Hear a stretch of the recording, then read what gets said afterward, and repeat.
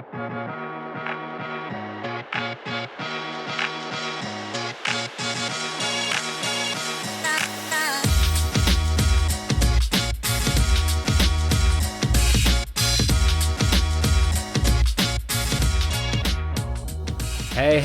how's it going, everybody? Well, now that we've gone through deploying the hook contract, we've actually deployed a pool with the hook. Now let's dive into the code that actually shows us how to now add liquidity to that pool and then do a swap. So if we dive into this add liquidity router code from the v4 template, here we'll see we have the script that we need to actually add liquidity to the pool so that this pool isn't just empty. So what we're going to do here is we're actually going to set up the pool with all of the parameters it needs because it'll be the pool that we're affecting. So if we look here, all of this information should be the same as the pool we just deployed. The reason being is because the pool manager stores these pools inside of it, you can actually add all of the parameters you want for whichever pool you're trying to get to. And then that way you can actually start adjusting it, adding LP, swapping, doing all the fun stuff. So if I go back to my pool create hook here, I'll see that I need to first get my hook address that I used. And if you remember, this is the hook address that we created in the previous video. And then I'm going to add this hook address here. And I've got my MUSDC pool, I've got my MUNI pool, I've got my hook address. If I look at the swap fee, I believe I added a different fee here. So I added actually a 1% fee. Now this is super important because if this was wrong, this pool would not exist because I did not deploy a pool with this 0.40% fee tier. So now that we have all this, let me click save so that none of that gets forgotten. And we have our pool here. Now, this is the pool key that we will be passing into our modify position function right here. And as we're doing this, there's actually one more important thing to note. If you remember in our first video, we talked about all the different contracts that are deployed, the periphery contracts that are deployed to help us with certain actions that we want to take on the pool. In this instance, we have this pool modify position test periphery contract that we've deployed. And this is the address that we've deployed it to on Grelly. Basically, this is how you would actually deploy liquidity to a pool. You actually can't call the contract directly to deploy, to add liquidity to a pool. So what you have to do is you have to use a periphery contract like this one that we're using in order to send liquidity to the pool. So make sure that when you're trying to send liquidity or add liquidity to a pool, you're using one of these periphery contracts, and more likely than not, we'll provide that for you too. So we have that. We have the pool that we want to use, and we also have all of the addresses that we want approval for our, we have the address that we want to approve the tokens to be used to.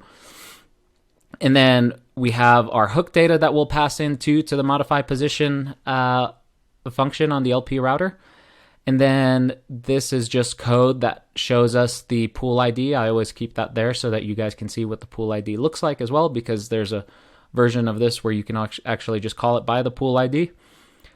And then if we look here, we have our LP router, which is right here above. And on this periphery contract, there's a modify position. So we pass in the pool that we want to modify for.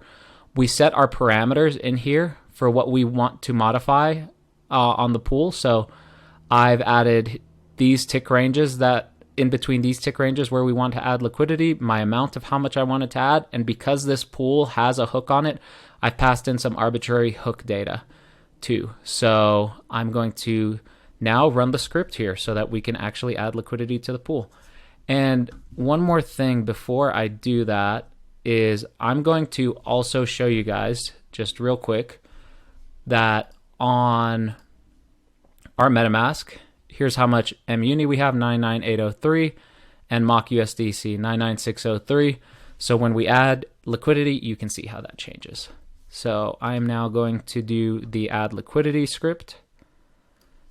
And when we run that here, should all work beautifully. So we're adding that, and it did not work. So let me see. Okay, awesome. So I actually figured out what was going on. When we're passing in and when we're calling our pool and we're passing in hook data into this modify position, we need to, if the pool has a hook attached to it, then we have to actually pass in some hook data. And before, this hook data was actually showing up as nothing, so it didn't have any initialization data, so then it didn't work and we kept getting a revert. So here we need to pass in the hook data, and once you pass that in, the transaction should work. And just to show you guys one more time, I've actually tested it, and it all went well. So as you can see, we have 99773 mock uni and SDC. When we run our transaction, we will see that will go down because we're adding our tokens to this liquidity pool. And when that happens, we're actually moving these tokens from our wallet, adding liquidity to the pool so that we become LPs in this pool. And then after that, you can swap on that pool and start doing all of the things that Uniswap is great for. So let's run through this as this is changing and actually sending the transaction over. Just one more time, we've got here 99773, 99573. Let's give this a wait for once we add the liquidity, and then we could see that move from our wallets. So cool. We're about to send this transaction. That transaction is sent. We have paid our gas. We have 9973, and now we have 99744, 99543. So we've seen a decrease here in the amount of uni and mock uni and USDC added to the pool. So now we have liquidity added, and the next thing we want to do is when you have liquidity added, let's check out how swapping works here. So we're going to go to the swap script, and here we're going to have to update all of our information to make sure that we have the right hook address. So I'm going to take the hook address that we had, and we are going to add that here so that we can call the right pool. Just like we had a Periphery contract deployed for adding liquidity, we also need a Periphery contract for swapping. So here we have this pool swap test that we've added on Gurley so that you can use this. And then we should have the swap fee be 1,000 here. 10 is still good. We've got this set up. Max, we're going to do, I think this is going to be switching out some MUSDC for uni. So next thing I'm going to, and one more thing, because our hook has hook data, we're going to pass this hook data in. So I'm going to take this, copy and paste that here. We are going to move that. This will be updated in the code too, so you won't have to worry about doing that either. But it's good for you to know that if you don't have that, it doesn't work. So we are going to pass all that. We are now going to pass in our script for doing a swap. And when we do the swap, let's pass this in right here. Now we'll pass this script in. We will do our swap. And when we do that, this should all work nice and dandy.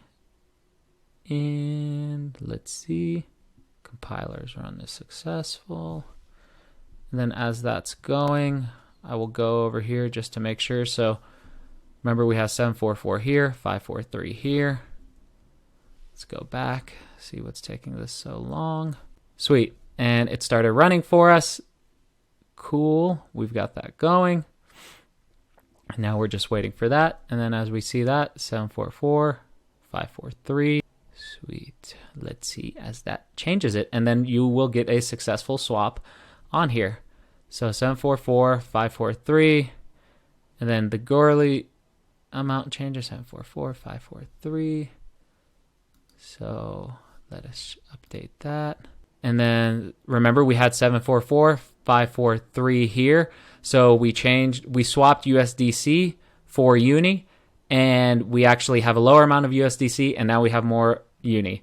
And that is how you swap on Uniswap v4 using the v4 template. That's how you add liquidity. I hope that you guys gained a lot from this tutorial and these whole tutorials on just using the v4 template. We are going to add more scripts here to help you to do more of the things that you want to see v4 do, such as taking fees for LPs and doing much more. And we're going to keep providing it to you in this content. As always, thank you guys for watching. If you're enjoying these videos, please subscribe. And I hope that you all have a blessed day. Take care.